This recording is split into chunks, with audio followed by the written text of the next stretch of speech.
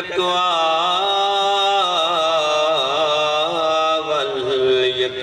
واليقين الصلاة والسلام على أشرف الأنبياء والمرسلين وحبيب إله العالمين بالقاسم محمد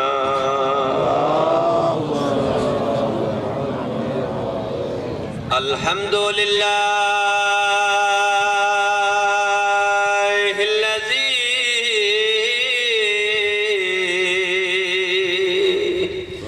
جعلنا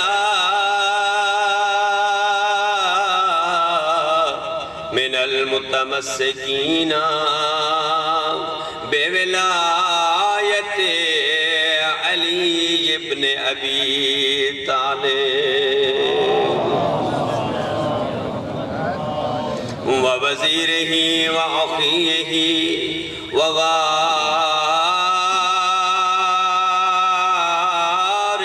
علمه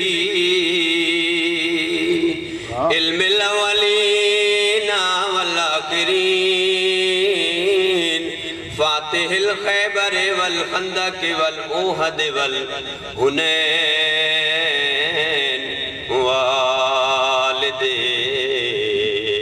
شبیر وشبر آنی امیر المؤمنین نعرہ حیدری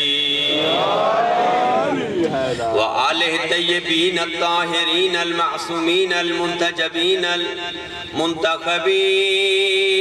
المختارین الذین اذهب اللہ عنہم الرجسا وطہرہم تطہیرا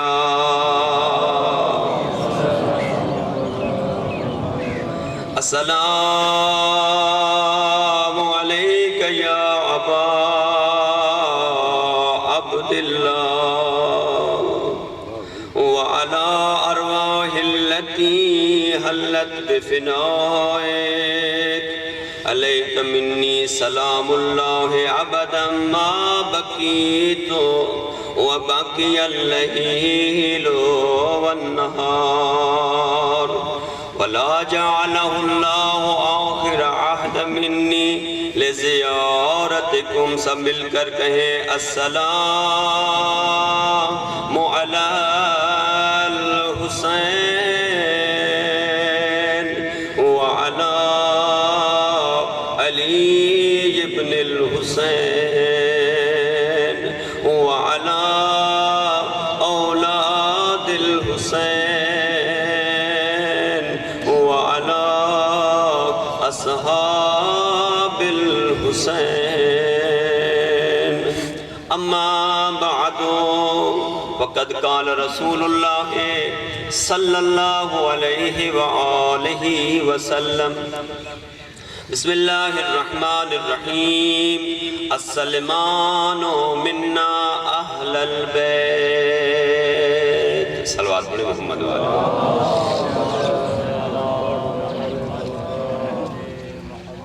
وعجل فرج آل محمد دعا ہے خداوند متعال آپ تمام مومنین و سادات کا چل کے اس مقام مقدس پہ آیا اپنی بارگاہ میں عبادت شمار جتنے قدم چل کے آئے ہیں کائنات کا خالق آپ کے والدین کے آپ کے اساتذہ کے آپ کے دوستوں کے آپ کے پڑوسیوں کے آپ کے تمام رشتہ داروں کے بلکہ اس پوری دھرتی کے تمام شیعہ سنی مسلمانوں کے صغیرہ کبیرہ گناہ معاف فرمائے جتنی حاجات لے کے بیٹھے ہیں جتنی اونچی آمین کہی ہے اتنی ہی اونچی صلوات پڑھیں تاکہ دعائیں مستجاب ہو جائیں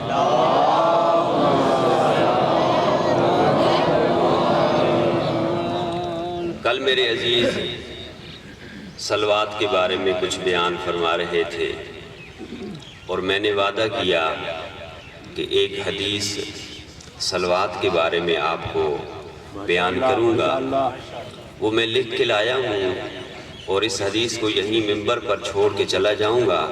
جس کے مقدر میں ہوگی وہ اس کو اٹھا لے گا ہر روز انشاءاللہ۔ حضرت آدم علیہ السلام کی خلقت ہوئی۔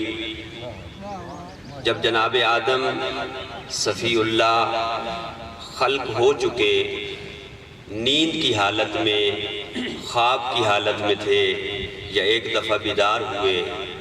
جب بیدار ہوئے تو اپنے پہلو میں جناب حوا کو دیکھا۔ سمجھ آ رہی ہے بات؟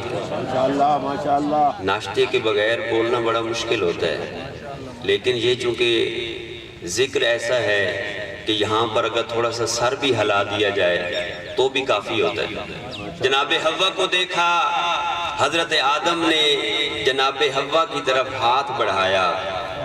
جب ہاتھ بڑھایا تو فرشتوں نے روک دیا، کہا کہ کیا یہ میرے لیے نہیں ہے؟ کہا ہے تو تیرے لیے، لیکن اس کا مہر ہے، اس کا مہر ہے۔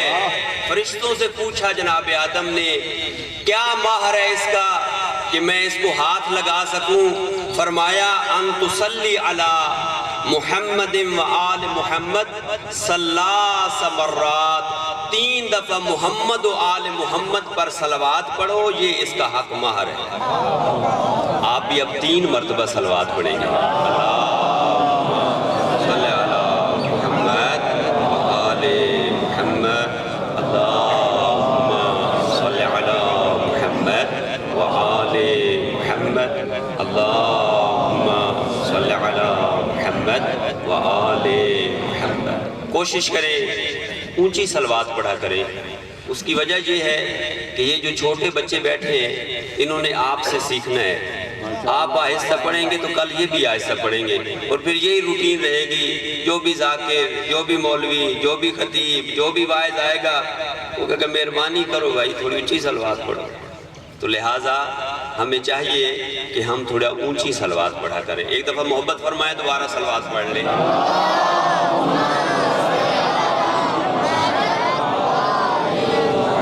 واجل فرج آل امت۔ خدا آپ سب کو زندہ و سلامت سلامت رکھے، اور آپ کے یہ پرسے، آپ کی نیازیں، آپ کے تمام اہتمام اپنی بارگاہ اقدس میں خلوص بھری یہ نوکری عبادت شمار فرمائے۔ میں نے آپ کے سامنے ایک حدیث جو بڑی مشہور ہے اور آپ سب نے وہ سن رکھی ہے اور یاد بھی ہوگی، السلمان منا اہل البیت۔ بزرگوں سے دعائیں لینے کے لیے بڑے نورانی چہرے میرے سامنے تشریف فرما ہے۔ سلمان ہماری اہل بیت میں سے۔ دل یہی چاہتا ہے کہ آج جو لوگ اعتراض کرتے ہیں کہ صحابہ کا ذکر کم ہوتا ہے، میں چاہتا ہوں جناب سلمان کے بارے میں تھوڑا سا آپ کو معراج کراؤں۔ ماشاءاللہ ماشاءاللہ۔ آپ کے اور میرے نبی محمد مصطفیٰ صلی اللہ علیہ وآلہ وسلم صبح کی نماز پڑھا کر مسجد نبوی میں تشریف لائے اور اپنے صحابہ کو خطاب کر کے کہتے ہیں، اے میرے صحابہ، رات خواب میں نے اپنے چچا حضرت امیر حمزہ کو دیکھا، اور ساتھ میں نے اپنے بھائی جناب جعفر طیار کو دیکھا کہ جنت کے اندر پرواز کر رہے ہیں۔ خدا نے انہیں 2 پر دے رکھے ہیں کہ جن کی وجہ سے وہ پرواز کر رہے ہیں۔ پرواز کرتے کرتے وہ آ کر ایک تخت کے اوپر بیٹھے کہ جو بہت حسین و جمیل تھا، جو بہت ہی خوبصورت تخت تھا۔ جب تخت پہ آ کے بیٹھے تو ان کے سامنے جنت کی نعمات رکھی گئیں۔ ان میں سے ایک نعمت وہ پھل تھا جو کہ انگور تھے۔ دونوں شہزادوں نے، میرے بھیا اور میرے چچا دونوں وہ تناول کرنا شروع کیا۔ انگور کھاتے کھاتے تھوڑی دیر کے بعد وہ انگور کھجوروں کی شکل اختیار کر گئے، جنت کے میوے۔ کہتے ہیں کہ وہ کھجور کھا رہے تھے، یا تھوڑی دیر کے بعد وہی کھجور ایک اور پھل انار کی شکل میں تبدیل ہو گئے۔ میں آگے بڑھا، میں نے سلام کیا، میں نے کہا اے امیر حمزہ میرے چچا اور اے جعفر طیار، ذرا مجھے بتائیں تو صحیح کہ یہ جو آپ کو مقام ملا ہے، یہ جو آپ کو منزلت ملی ہے، یہ جو آپ کو شرف ملا ہے، یہ کس وجہ سے ملا ہے کہ دو پر ہیں آپ کے پاس اور جنت میں آپ پرواز کر رہے ہیں؟ دونوں شہزادوں نے جو مل کے جواب دیا وہ آپ کو سنانا چاہتا ہوں۔ فرماتے ہیں 3 وجہوں سے یہ مقام ملا ہے۔ پہلا کام، پہلا درجہ، پہلی وجہ کہ جس کی وجہ سے یہ مقام ملا ہے، فرمایا ہے پیاسے کو پانی پلانے کی وجہ سے۔ اگر کوئی پیاسا ہو اسے پانی پلانا یہ ایسا عمل ہے کہ انسان کو جنت میں اعلیٰ مقام ملتا ہے۔ اور یہاں پر ایک اپنی جوان نسل کو ایک نسخہ بتاتا چلوں جس پہ میں نے خود بھی عمل کیا ہے تاکہ آپ کو بتاؤں، تاکہ آپ کو بھی ثواب ملے۔ اب میں یہ تو نہیں کہہ سکتا کہ یہ سفید ریش بزرگ یہ جو بیٹھے ہیں میں ان سے کہوں کہ میرے لیے پانی لے کے آؤ، میرے بزرگوں کی جگہ پر ہے، لیکن میں اتنا کر سکتا ہوں کہ میں خود کولر کے پاس پہنچ جاؤں، سبیل کے پاس پہنچ جاؤں اور وہاں سے پانی لے کر ان کے حوالے کروں اور کہوں کہ یہ پانی مجھے پلا دے۔ پتہ نہیں میں سمجھا سکوں گا۔ اپنے والد کو میں نہیں کہہ سکتا میرے لیے پانی لے کے آؤ، لیکن پانی خود بھر کے اپنے والد کو، اپنی والدہ کو دے سکتا ہوں کہ والدہ، بابا جان یہ پانی مجھے پلا دے، کیونکہ پانی جو پلاتا ہے اس کو ثواب ملتا ہے۔ وہ میں نے زحمت کر لی، چاہتا ہوں کہ یہ ثواب میرے والد کو مل جائے۔ تو جوان نسل آپ بھی ایسے گھر میں کر سکتے ہیں، بڑا آسان ہو جائے گا ثواب لینا۔ دوسرا کام جس کی وجہ سے یہ مقام و منزلت ملی ہے، فرمایا یا رسول اللہ علی سے محبت، اور تیسرا کام ہے آپ کے اوپر درود پڑھنے کی وجہ سے ملی۔ صلوات پڑھیں محمد والے۔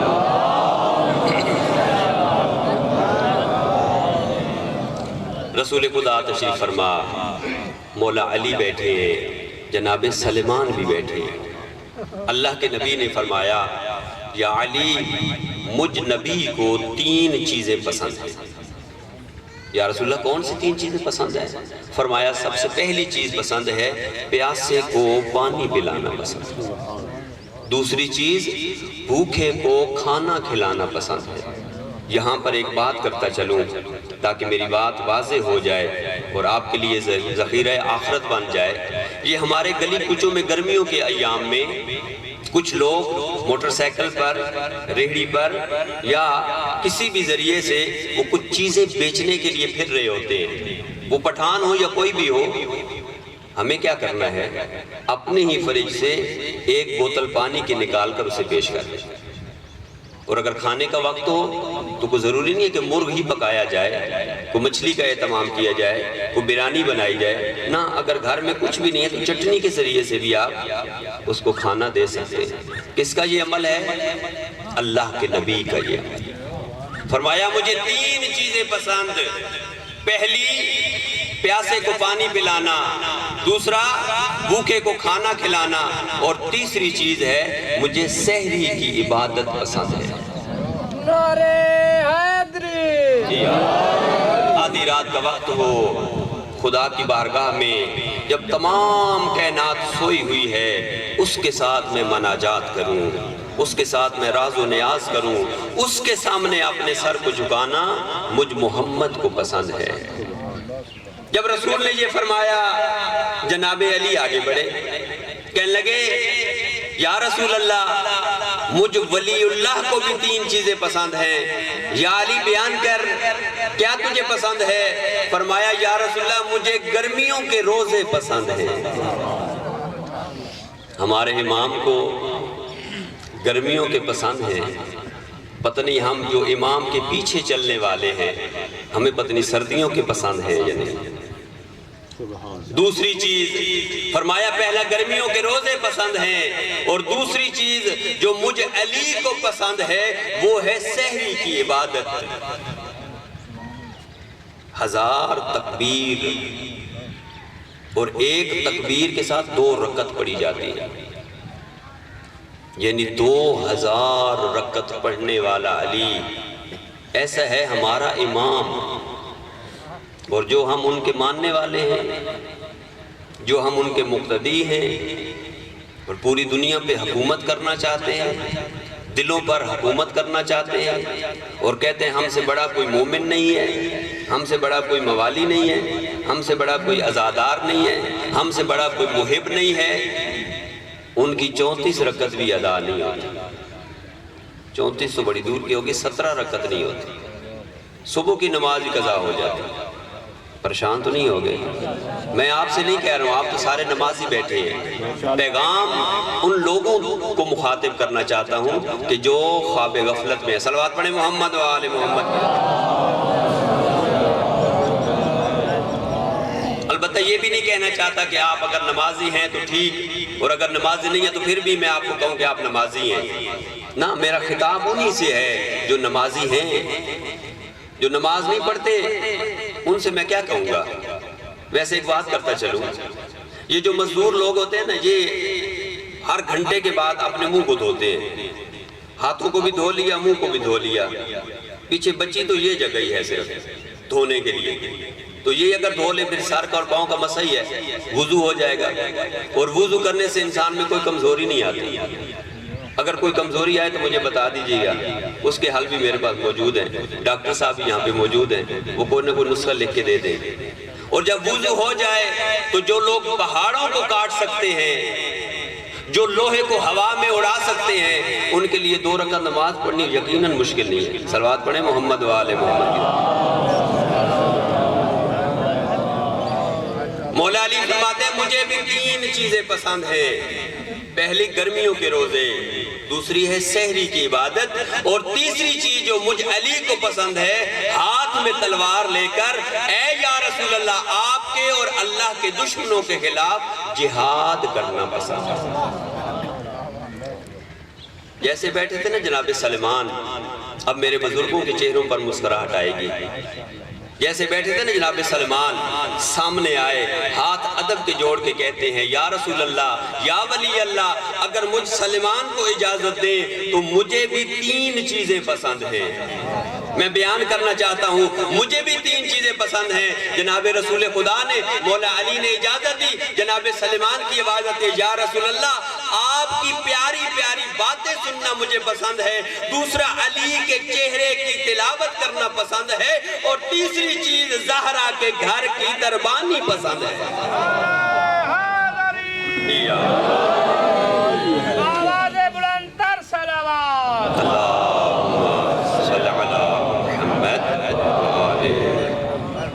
زہرا کے گھر کی دربانی پسند ہے، زہرا کے گھر کی غلامی پسند ہے، زہرا کے گھر کا جھاڑو دینا پسند ہے۔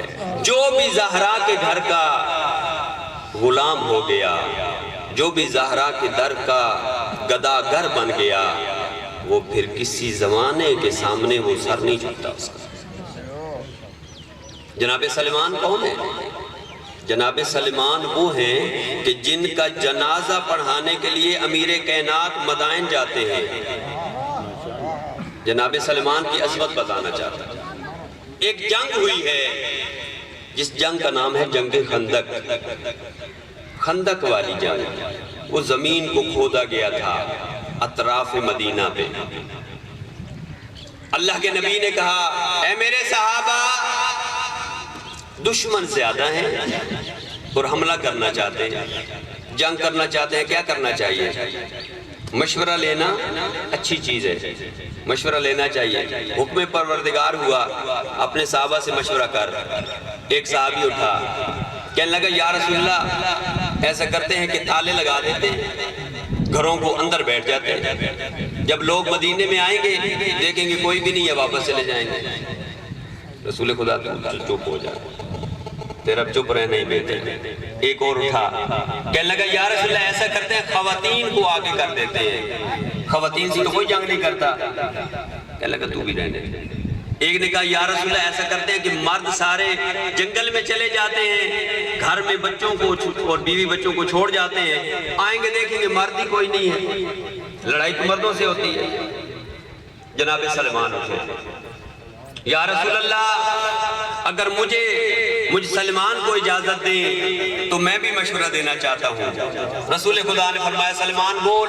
کہا یا رسول اللہ میں ہوں فارس کا رہنے والا، میں ہوں ایران کا رہنے والا، ہمارے ملک کے اندر اگر دشمن حملہ کرے، ہماری تعداد تھوڑی ہو تو ہم اپنے شہر کے ارد گرد خندق کھود لیتے ہیں تاکہ دشمن اندر نہ آ سکے، اور جو اندر آتا ہے ہم اسے مار دیتے ہیں۔ اللہ کے نبی کے چہرے پر مسکراہٹ آئی، کہنے لگے سلمان یہ جو تو نے مشورہ دیا ہے نا، یہ مجھ مصطفیٰ کو بھی پسند ہے اور میرے رحمان کو بھی پسند ہے۔ نعرہ تکبیر، اللہ نعرہ رسالت، یا رسول اللہ، چمن چمن گلی گلی، علی نگر نگر گلی گلی، علی نعرہ حیدری، یا زندہ و سلامت رہے۔ فرمایا کہ جب ہماری تعداد کم ہوتی ہے تو ہم خندق کھود دیتے ہیں۔ فرمایا اے سلمان یہ جو تو نے مشورہ دیا ہے یہ مجھ محمد کو بھی پسند ہے اور میرے رحمان کو بھی پسند ہے۔ جناب سلمان پہنچے، در زہرا پر دستک دی، اندر سے جناب فضہ تشریف لے کے آئیں۔ جناب فضہ نے پوچھا کون؟ آواز آئی میں سلمان ہوں۔ کہا کون سلمان؟ کون سلمان؟ سوال میں تجسس پیدا کیا، کون سلمان؟ کہا فضہ تو مجھے نہیں پہچانتی؟ کہا نہیں، بتا اپنا تعارف کروا۔ جناب سلمان کی آواز آتی، میں سلمان جس کے بارے میں اللہ کے نبی نے فرمایا السلمان منا اہل البیت، سلمان ہماری اہل بیت میں سے ہے۔ جناب فضہ کی آواز آتی ہے سلمان اتنا فخر کرنے کی ضرورت نہیں ہے، اگر تیرے بارے میں نبیوں کے سلطان نے فرمایا سلمان ہماری اہل بیت میں سے ہے تو میرے بارے میں دختر رسول نے فرمایا الفضہ منا اہل البیت، فضہ ہماری اہل بیت میں سے ہے۔ اگر تیرے بارے میں فرمایا سلمان ہماری اہل بیت میں سے ہے تو میرے بارے میں فرمایا فرق اتنا ہے میں 14 زیارتیں کر سکتی ہوں لیکن تو 13 زیارتیں کر سکتی ہے۔ جناب سلمان اور جناب فضہ کا آپس میں مکالمہ شروع ہو گیا، بات چیت آگے بڑھی، دونوں صحابی، دونوں باعظمت، دونوں کو ہمارا سلام ہے۔ جناب سلمان اور جناب فضہ کی جب گفتگو آگے بڑھی تو جناب فضہ فرماتی ہیں سلمان تجھے پتہ ہے میں تجھ سے پہلے جنت میں جاؤں گی۔ جناب سلمان نے اپنے سوال کا جواب نہیں دیا بلکہ ایک اور انداز اختیار کیا، فرماتے ہیں فضہ ٹھیک ہے مجھ سے پہلے جنت میں جائے گی لیکن آیا رسول اللہ سے پہلے جنت میں جائے گی؟ جناب فضہ کی آواز آتی ہاں میں رسول اللہ سے بھی پہلے جنت میں جاؤں گی۔ پریشان ہو گئے آپ؟ پریشان نہیں ہونا، ابھی اس کو حل کرتے ہیں۔ کہا کہ میں رسول اللہ سے پہلے جنت میں جاؤں گی۔ جناب سلمان کی آواز آتی ہے فضہ مرتد ہو جائے گی، کافر ہو جائے گی، دین سے خارج ہو جائے گی، ایسا نہ کہے۔ کہا نہیں، کہا کہ کیا علی ولی سے بھی پہلے جائے گی جنت میں؟ کہا ہاں میں علی ولی سے بھی پہلے جنت میں جاؤں گی۔ جناب سلمان گھبرا گئے، پریشان ہو گئے، کہتے فضہ میں تیری شکایت کرتا ہوں۔ آئے رسول کے دربار میں، اللہ کے نبی بیٹھے تھے، سلام پیش کیا، جواب ملا۔ سلمان کی آواز تھی یا رسول اللہ آج فضہ نے ایک ایسی بات کی ہے مجھے لگتا ہے کہ وہ دائرہ اسلام سے خارج ہو جائے گی۔ کیا کہا ہے فضہ نے؟ کہا فضہ کہتے ہیں یا رسول اللہ میں سب سے پہلے جنت میں جاؤں گی۔ یا رسول اللہ توبہ توبہ، کہتی ہے آپ سے بھی پہلے جنت میں جاؤں گی، علی ولی سے بھی پہلے جنت میں جاؤں گی۔ رسول نے تبسم فرمایا، کہا جا فضہ بیٹا کو بلا کے لے کے آ، جسے رسول بیٹی کہے، جسے علی ولی بہن کہے، جسے حسنین شریفین ماں کہیں، اس کی کیا عظمت ہوگی۔ فضہ کو بلایا گیا، جناب فضہ آ گئی۔ فضہ بیٹا سلمان نے شکایت کی ہے اور تو کہتی ہے کہ میں جنت میں سب سے پہلے جاؤں گی، آیا ایسا ہی ہے؟ صلوات پڑھ لیں محمد والے۔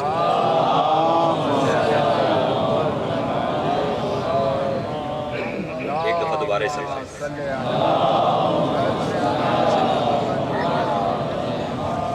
فضا، کیا تو نے یہ واقعاً فرمایا ہے، کہا ہے کہ میں سب سے پہلے جنت میں جاؤں گی؟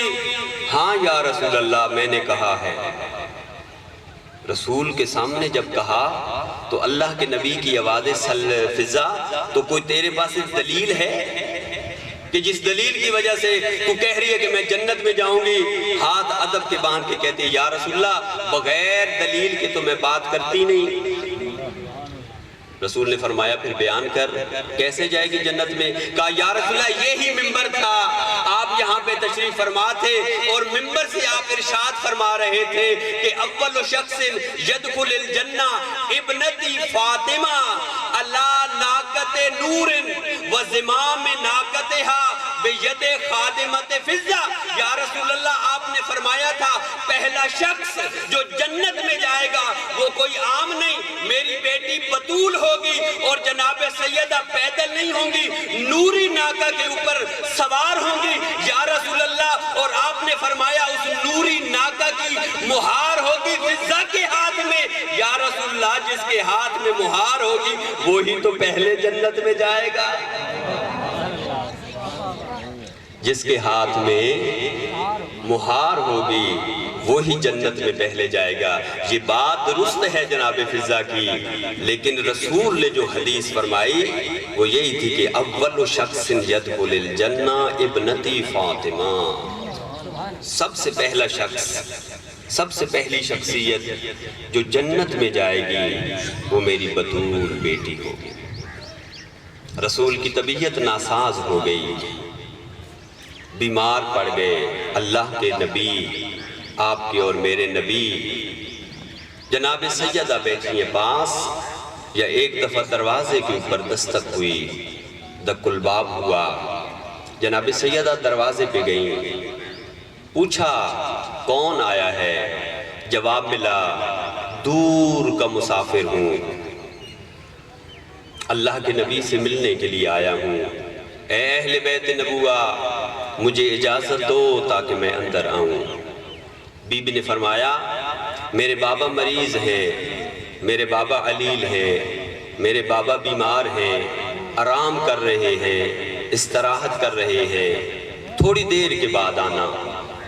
آنے والا واپس چلا گیا، تھوڑی دیر کے بعد دوبارہ دستک ہوئی، بی بی دو عالم دوبارہ دروازے پہ گئیں، سوال کیا آنے والا کون؟ آواز آئی دور کا مسافر ہوں، بڑے دور سے آیا ہوں، اللہ کے نبی سے ملنا چاہتا ہوں، اے اہل بیت نبوہ اجازت دو تاکہ میں اندر آؤں، ملاقات کرنا چاہتا ہوں۔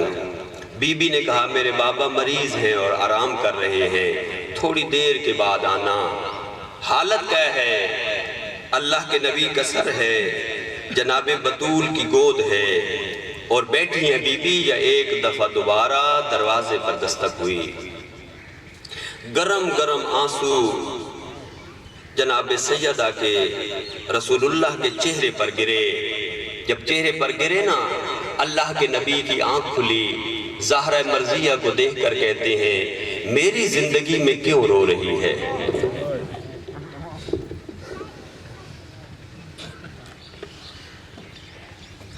میری زندگی میں کیوں رو رہی ہے؟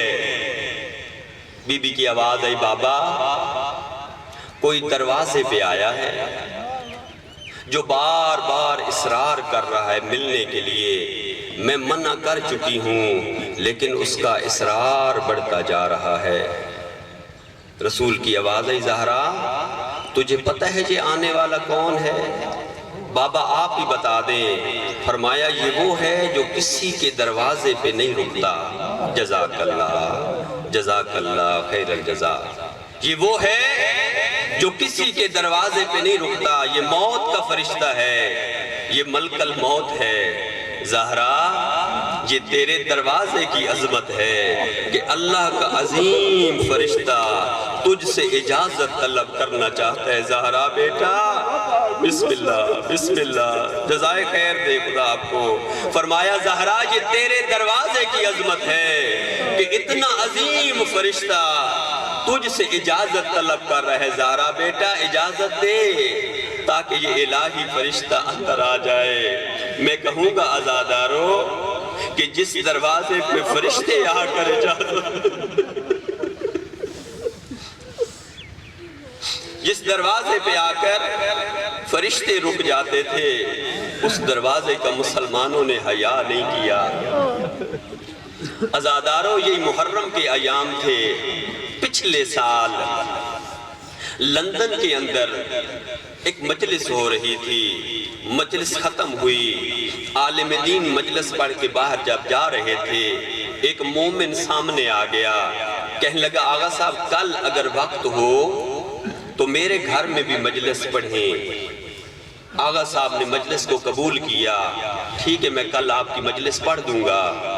جب وہ مومن چلا گیا، چند مومنین اس عالم دین کے پاس گئے اور کہتے ہیں قبلہ یہ بہت بڑا تاجر ہے، یہ بہت بڑا امیر آدمی ہے، لیکن ابھی چند روز پہلے ہی مستبصر ہوا ہے، چند روز پہلے اس نے مذہب حقہ کو قبول کیا ہے، چند روز پہلے ہی مذہب اہل بیت کو قبول کیا ہے، یہ شیعہ ہو گیا ہے، قبلہ اس کی مجلس آپ ضرور پڑھیں۔ آغا صاحب نے فرمایا میں حتماً مجلس پڑھوں گا، میں قبول کر چکا ہوں۔ دوسرا دن آ گیا، یہ عالم دین اس کے گھر میں پہنچے، مجلس پڑھنے سے پہلے یہ تاجر، یہ مومن آغا صاحب کے ساتھ مخاطب ہو کے کہتے ہیں قبلہ میرا دل چاہتا ہے کہ میرے گھر میں آپ جناب سیدہ کے مسائل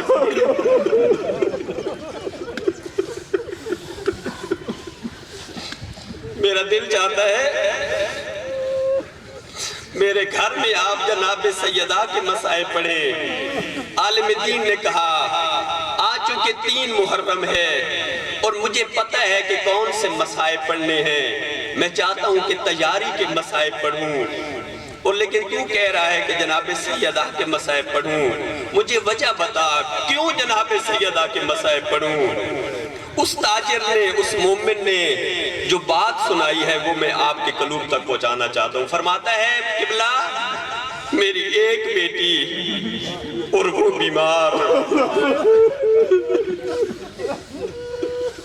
میری ایک بیٹی اور وہ بھی بیمار، ایسی بیمار کہ پاؤں سے چل نہیں سکتی، منہ سے بول نہیں سکتی، دنیا کے پتہ نہیں کتنے میں نے ڈاکٹر اس کے علاج کے لیے منگوائے اور بعض جگہ پہ بائی ایئر بھی میں پہنچا، لیکن میری بیٹی کو افاقہ نہیں ہوا، میری بیٹی کو شفا نہیں ملی۔ قبلہ صاحب ایک دن میں گھر میں پریشان بیٹھا تھا، یا میرے گھر کی جو خادمہ ہے، جو نوکرانی ہے، وہ میرے قریب آئی اور مجھے کہتی ہے پریشان بیٹھے ہو، بچی کو شفا نہیں ملی، اگر اجازت دے تو ایک ڈاکٹر کا نام میں بھی بتاؤں؟ جب کہا نا ڈاکٹر کا نام میں بھی بتاؤں، میں نے کہا کہ جلدی بتا مجھے تاکہ میں ٹکٹ کرواؤں اور اس کے پاس جاؤں۔ میری اس خادمہ نے کہا نہیں کسی جگہ جانے کی ضرورت نہیں ہے، اپنے ہی گھر میں وہ ڈاکٹر آ جائے گا۔ کیا کروں؟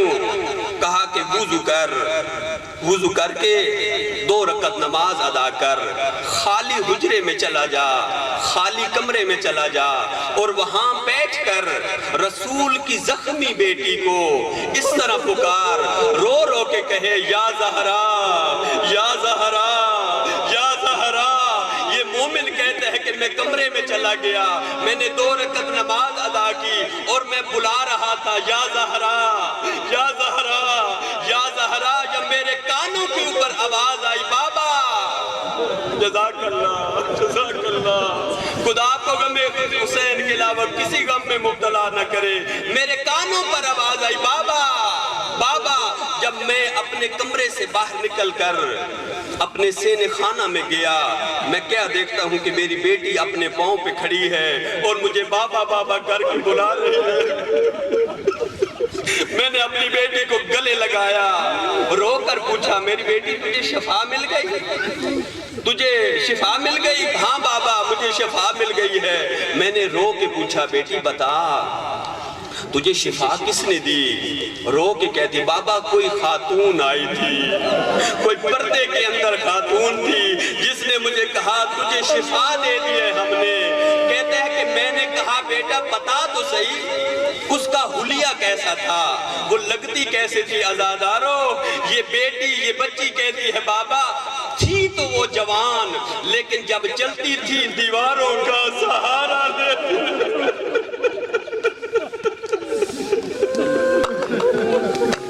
یا زہرا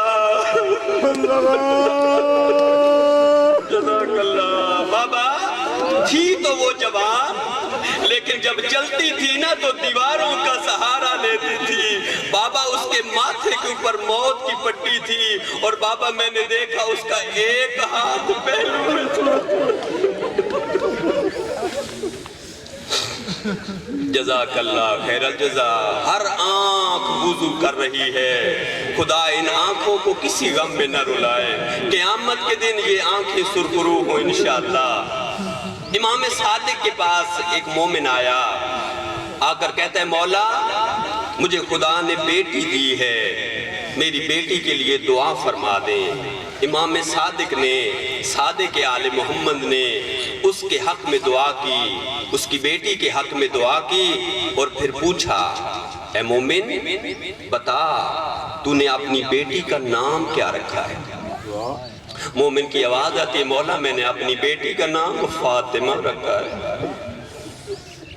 میرے مولا آقا کی آواز آتی ہے مومن اگر نام فاطمہ رکھا ہے نا بیٹی کا تو پھر اس کے دو حق بھی ہیں۔ پہلا کہ کبھی اس کو نازیبا الفاظ نہ کہنا، کبھی اس کو گالی نہ دینا، اور دوسرا رو کے فرمایا صادق آل محمد نے اے مومن اگر بیٹی کا نام فاطمہ رکھ ہی لیا ہے تو پھر اس کے منہ کے اوپر کبھی تماچا نہ مارنا۔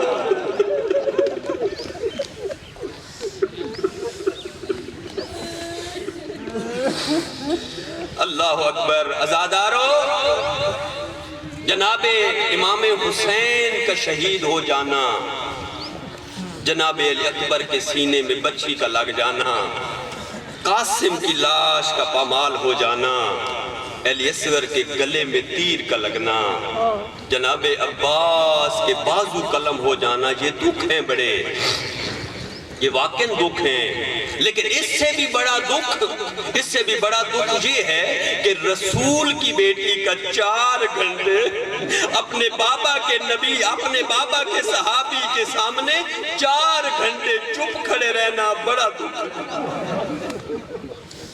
جس کا احترام۔ دکھ تو بہت ہے اس کائنات کے اندر، خیموں کا جل جانا تھوڑا دکھ ہے، مولا حسین کا نیزے پہ اوپر سارا آ جانا تھوڑا دکھ ہے، لیکن یہ دکھ اپنی جگہ پر۔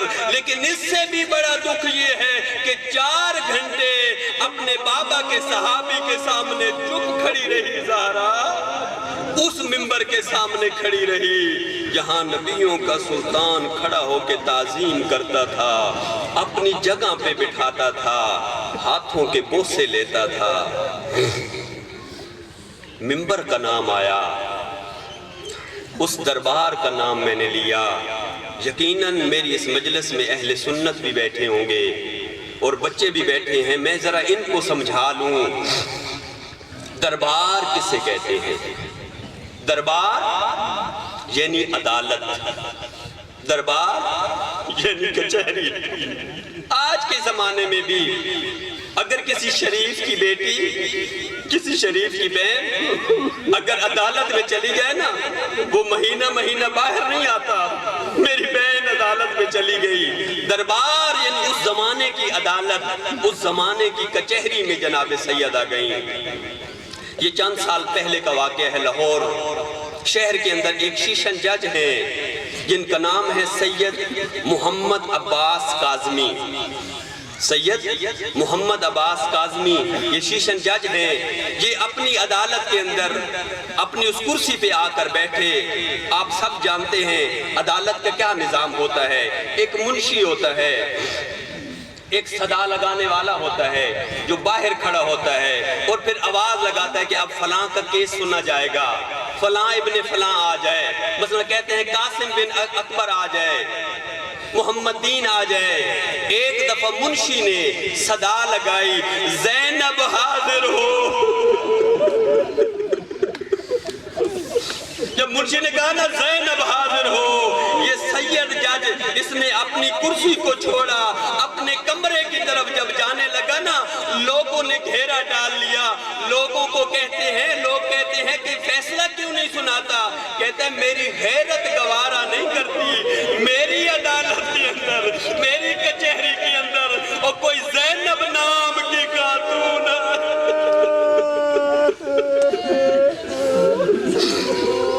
کہتے ہیں میری غیرت گوارا نہیں کرتی، میری عدالت کے اندر کوئی زینب نام کی خاتون آئے، میں کہوں گا ہائے سید، 1400 سال کے بعد تیری غیرت گوارا نہیں کرتی، تیری عدالت کے اندر کوئی زینب نام کی خاتون آئے، ہائے سید سجاد، جس کے سامنے کمینہ بار بار کہتا تھا، او علی کی بیٹی زینب کہاں گئی؟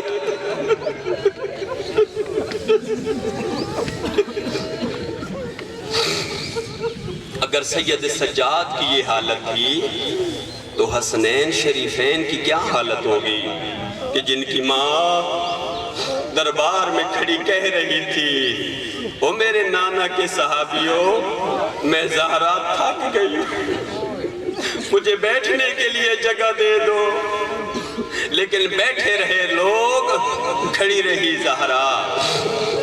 بس عزادارو آپ کی زحمت کو ختم کروں، 95 دن یا 75 دن اپنے بابا کی وفات کے بعد زندہ رہی۔ دنیا کا دستور ہے اگر کسی خاتون کا سن تھوڑا ہو اور اس کے 3-4 بچے ہوں اور وہ بیمار ہو جائے، محلے کی خواتین کو کہتی ہے دعا کرو خدا مجھے صحت دے دے، میرے بچے چھوٹے چھوٹے، میں ابھی مرنا نہیں چاہتی، میرے بچے بہت چھوٹے ہیں، میرے لیے دعا کرو۔ لیکن رسول کی بیٹی حسنین کو سامنے بٹھا لیتی، جناب ام کلثوم اور جناب زینب کو بٹھا لیتی اور ہاتھ دعا کے لیے بلند کر کے کہتی اللہم عجل وفاتی، اے خدایا مجھے موت دے دے، میں اب دنیا کے دکھوں سے آزاد۔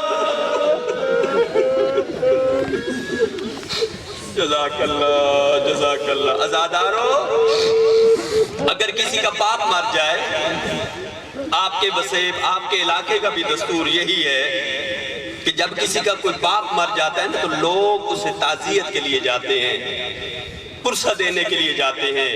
اگر بیٹا ہو نا تو وہ پگڑی کے لیے کپڑا لے کے جاتے ہیں، جا کر اس بچے کے سر پہ پگڑی بناتے ہیں کہ یہ گھر کا اب سربراہ یہ ہے۔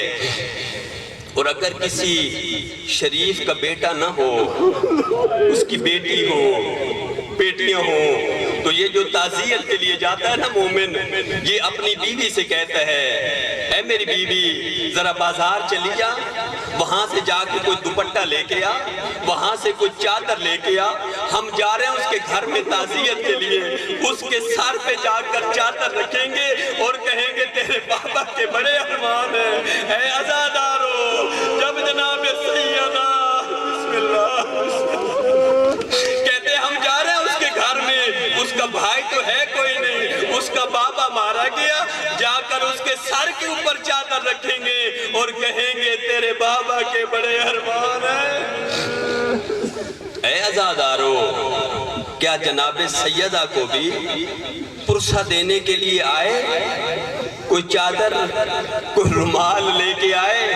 نہیں، زبان کو طاقت نہیں۔ پرسہ دینے کا انداز بڑا عجیب تھا، ہجوم تھا لوگوں کا، اور ہاتھ خالی بھی نہ تھے، ہاتھوں میں تھی لکڑیاں اور آ کھڑے ہوئے دروازے کے اوپر اور دھکے مار مار کے کہتے تھے او علی کو باہر بھیجو۔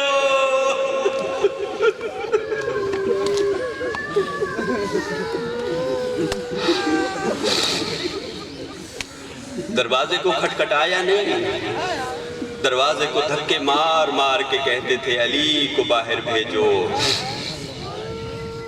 علی سے بیعت لینی ہے۔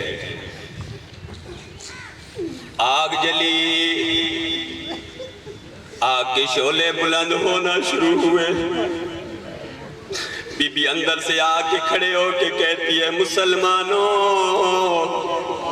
یہ وہ دروازہ ہے جہاں 9 مہینے اللہ کا نبی آیت تطہیر کی تلاوت کرتا رہا۔ مسلمانوں یہ وہ دروازہ ہے جہاں فرشتے رک جاتے ہیں۔ حیا کرو، اونچا نہ بولو، میری زینب سو رہی ہے۔ اے عزادارو، جب بی بی کا یہ مکالمہ زیادہ ہوا، لوگوں نے کہا علی کو باہر بھیجو ورنہ دروازے کو آگ لگا دیں گے۔ کون سا دروازہ ذرا اپنے دل سے سوچے؟ وہ دروازہ جہاں زہرا کے ہاتھ لگے ہوئے ہیں، جن دروازوں کے اوپر حسنین کے ہاتھ لگتے ہیں، اس دروازے کو جلانے کی دھمکی دی۔ عزادارو دروازہ جلنا شروع ہوا۔ جناب سیدہ کہتی ہیں حیا کرو، او میرے حسنین کو یتیم نہ کرو۔ یا ایک لئی نے پاؤں کی ٹھوکر ماری، دروازہ گرا۔ آپ تمام مومنین نے سن رکھا ہے، ایک طرف تھی پتھروں کی دیوار، دوسری طرف تھا دروازہ، درمیان میں محمد کی بیٹی۔ لیکن میں نے ایک عالم دین کہتے علامہ قراتی فرماتے ہیں نہیں ایسا تو نہیں تھا کہ ادھر دیوار ادھر دروازہ نہیں۔ جب دروازے کو دھکا دیا، زہرا منہ کے بل زمین پر گری، دروازہ تھا اوپر اور کمینے اوپر سے گزرتے رہے، اور زہرا کی پسلیاں ٹوٹ گئی۔ رو کر کہتی تھی بابا تیرے بعد میرے اوپر ظلم جی۔ بسم اللہ۔ بابا تیرے بعد زہرا پہ مصیبتیں آ گئی۔ آنکھ کھلی بی بی کی، اپنے گھر کے اندر نامحرموں کے قدموں کے نشان دیکھے، رو کر کہتی ہے فضا میرے سردار کا بتا۔ بی بی کی آواز آتی ہے، بی بی زینب کے بال کھل گئے، حسنین گلیوں میں رو رہے، علی کے گل میں رسی ڈال کے لے گئے۔ اپنا درد بھول گئی، زخمی تھی بی بی، منبر اجازت نہیں دیتا۔ میری مائیں اور بہنیں سمجھ گئی ہیں، سکت ہو گیا تھا جناب محسن، زخمی تھی بی بی، اٹھ نہیں سکتی تھی۔ لیکن جب سنا کہ علی کو گرفتار کر کے لے گئے، اپنا درد بھول گئی۔ پہلی مدافع امامت بی بی آ کر علی کو دیکھا، علی کی گردن جھکی ہوئی ہے، ظالم کے ہاتھ میں تلوار ہے، کہہ رہے علی بیعت کر ورنہ قتل کر دیں گے۔ جب جناب سیدہ نے یہ منظر دیکھا، رو کر کہتی ہے چھوڑ دو میرے چچا کے بیٹے کو، چھوڑ دو میرے سید و سردار کو، چھوڑ دو میرے وقت کے امام کو، ورنہ میں سر کے بال عریان کر دوں۔ اے عزادارو، مقتل کی کتابیں کہتی ہیں جب بی بی نے یہ جملے کہے میں سر کے بال عریان کر دوں گی، مدینے کی در و دیوار ہلنے لگ گئی، دیواریں بلند ہونا شروع ہو گئی۔ اتنی بلند ہوئی دیواریں ایک انسان نیچے سے گزر سکتا تھا۔ اے مومنین، آپ کو دعوت دے رہا ہوں رونے کے لیے، آؤ چلو میرے ساتھ مدینے، روحانی طور پر جسمانی طور پر یہاں پر بیٹھے، چلتے ہیں مدینے جا کر مدینے کی دیواروں کو ایک بات کہتے اے مدینے کی دیواروں، یہ لیا کے مومن آپ سے کہنا چاہتے ہیں تم کتنی حساس ہو، تم کتنی نرم دل ہو۔ جناب بی بی نے کہا میں بال عریان کر دوں گی، تم برداشت نہ کر سکی، تمہارے اندر زلزلہ آ گیا، لیکن ہائے قربان شام کی دیواریں، اللہ اکبر، ہائے کوفہ کی دیواریں، اور جنہوں نے کھلا سر زینب کبریٰ کا دیکھا، رو لے، رونا عبادت ہے، یہ دن ہے رونے کے، پتہ نہیں اگلے سال زندگی ہے یا نہیں۔ کہتی ہے چھوڑ دو میرے چچا کے بیٹے کو، جب دیکھا نہیں چھوڑ رہے، بی بی 2 قدم آگے بڑھی، آ کر علی کی کمر بند کے اندر ہاتھ ڈالا، کمر بند کے اندر ہاتھ ڈالا، کمینے نے تازیانہ اٹھایا، تبھی تو میری بیوی کے ہاتھ پر اتنے تازیانے لگے، دائیں ہاتھ سے تسبیح نہیں پڑھ سکتی۔ چھوڑ دو میرے چچا کے بیٹے کو، آخری میرے جملے، بہت گریہ کیا، چھڑا کر اپنے گھر لے آئی۔ آؤ عزادارو، میں اپنی دادی سے کہتا ہوں، تم اپنی مرشد زادی سے کہو، اے رسول کی بیٹی، تو کتنی خوش قسمت ہے، تلواروں کے سائے کے نیچے سے تو اپنے وقت کے امام کو بچا کے گھر لے آئی، لیکن دیکھ دل زینبیہ ہے، ایک بین کھڑی ہے، رو رو کے کہتی ہے نمارا ظالمہ، او میری ماں نے چکیاں پیس پیس۔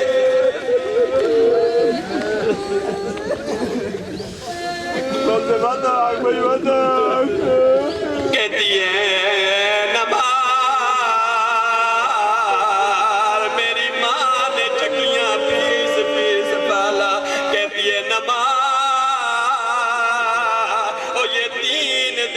پیاسا ہے، کہتی ہے نمار، یہ اکبر کی موت کا مارا ہے۔ آپ نے جو کہہ دیا، ایک جملے کا اور اضافہ کروں عزادارو، جب میرے مولا علی جناب سیدہ کو غسل دے رہے تھے، تمام بچوں کو کہا حسن حسین اونچا نہیں رونا، زینب ام کلثوم اونچا نہیں رونا، اگر تم اونچا روئے دشمن کو پتہ چل جائے گا۔ اب بچوں کی عادت کیا ہوتی ہے، جب بچوں کو روکا جائے منہ کے اندر رومال رکھ لیتے ہیں یا اپنا سر اپنے گھٹنوں میں رکھ کے گھٹ گھٹ کے روتے ہیں۔ حسن حسین اپنی ماں کے لیے کھل کے نہیں رو رہے، علی مولا غسل دے رہے تھے، یا ایک دفعہ چیخ بلند ہوئی، علی دیوار کے اوپر متھا مار کے رو رو کے کہہ رہے تھے زہرا۔ جناب سلمان آگے بڑھے، کہتے مولا ابھی تو بچوں کو منع کر رہے تھے اونچا نہیں رونا، ابھی خود اونچا رو رہے، وجہ کیا ہے؟ میرے مولا کی آواز آئی، او زہرا نے مجھے نہیں بتایا، او زہرا کی ساری پسلیاں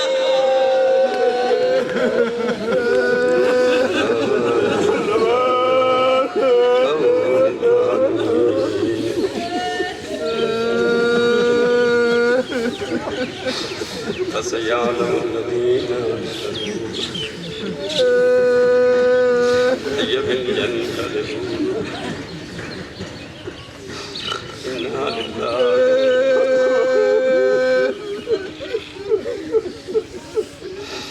وَإِنَّا إِلَيْهِ راجعون۔ اے خدایا، تجھے جناب زہرا کے زخمی پہلو کا واسطہ، زہرا کی ٹوٹی ہوئی پسلیوں کا واسطہ،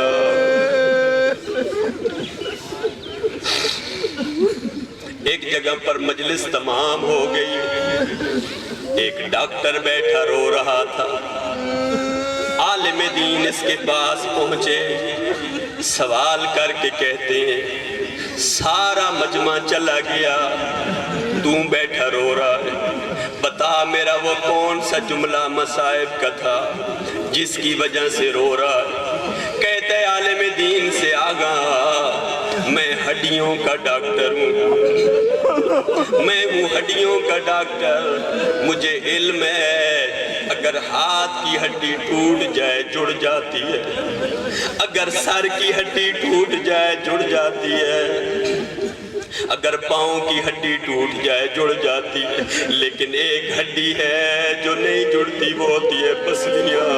جب آدمی سانس لیتا ہے درد ہوتا ہے، جب اٹھتا ہے تو درد ہوتا ہے، جب سوتا ہے تو درد ہوتا ہے، جب کروٹ لیتا ہے تو درد ہوتا ہے۔ میں رو رہا ہوں زہرا کے مسائب پر، جو کہتی تھی بابا میرے اوپر وہ مصیبتیں آئی جو دنوں کے اوپر آتی سیاراتوں میں تبدیل ہو۔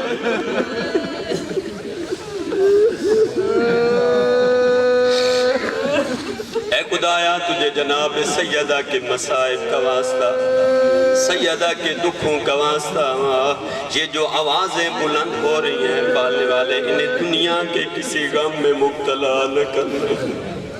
اے خدایا تجھے اپنی عزت کا واسطہ، اے خدایا تجھے اپنی جلالت کا واسطہ، جتنے مومنین جتنے سادات پردے کے اندر میری مائیں اور بہنیں اور بیٹیاں بیٹھی ہیں، پالنے والے ان کے گھروں کے اوپر اپنی رحمتوں کا نزول فرما۔ پالنے والے پروردگارا اس ماہ محرم کے اندر جہاں جہاں بھی عزاداری کا اہتمام ہے، پالنے والے سب کی عزت و ناموس کی خود حفاظت فرما، سب کی توفیقات خیر میں اضافہ فرما۔ پالنے والے پروردگارا آل محمد کے مصائب کا واسطہ جتنے حاضرین کی جتنی بھی حاجات ہیں، جتنی بھی مشکلات ہیں انہیں حل فرما۔ ہمارے آخری وارث کا جلد ظہور فرما، ہم سب کو ان کے یاران و انصاران میں سے معشور فرما۔ ربنا آتنا فی الدنیا حسنہ وفی الآخرۃ حسنہ وقنا عذاب النار۔ اللہم صلی علی محمد و آل محمد، بلند صلوات۔